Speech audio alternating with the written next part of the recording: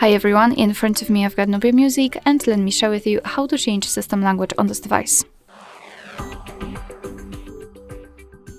So let's start with opening the settings, and here we have to scroll down to the very bottom to find the system. Now let's tap on languages and input and tap on languages at the top. So here we have to tap on add language, and we've been transferred to the full list of available languages from which we can choose. So simply find yours and tap on it. I will choose Turkish. Just tap. Sorry. And as you can see, in my case, Turkish language has been immediately applied to this list. However, the English is still a main language. So all we have to do right now is to reorder the languages. So tap on it and hold it and drag it to the first position.